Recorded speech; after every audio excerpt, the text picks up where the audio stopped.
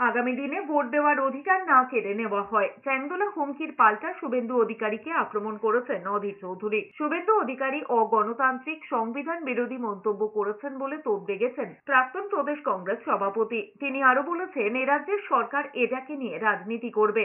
এর থেকে ঘৃণ্য কথা কিছু হতে পারে না। আগামী দিনে যদি বলে, আজকে তো বলছে জেতা প্রতিনিধি মুসলমানের তাড়ি দেবে, আগামী দিন আমি অবাক হব না যদি কথা বলে যে মুসলমানদের ভোট দেওয়ার অধিকারই কেড়ে নিলাম। 2026-এ শুভেন্দু অধিকারী কটা বিধায়ক নিয়ে বিধানসভায় ঢুকবেন? চ্যাংদোলা ইস্যুতে পাল্টা প্রশ্ন করেছেন আইএসএফ বিধায়ক নওশাদ সিদ্দিকী। তার কথায়, রাজ্যের বিরোধী দলনেতা বিজেপি বিধায়কদের সাসপেন্ড মার্শাল দিয়ে বাইরে বের করে দেওয়ার রাগ অন্যদের ওপর দেখাচ্ছেন। শুভেন্দু বাবু যে গতকাল যে কথা বলেছে, চরম সাম্প্রদায়িক কথা বলেছেন, অসাংবিধানিক, অগণতান্ত্রিক, অবাঞ্ছিত মন্তব্য করেছেন। তিনি একজন দায়িত্বশীল লিডার হিসাবে, লিডার অফ অপোজিশন হিসাবে তাকে এই বক্তব্য প্রত্যাহার করা দরকার। এই বক্তব্যের আমি তীব্র নিন্দা, ধিক্কার জানাচ্ছি।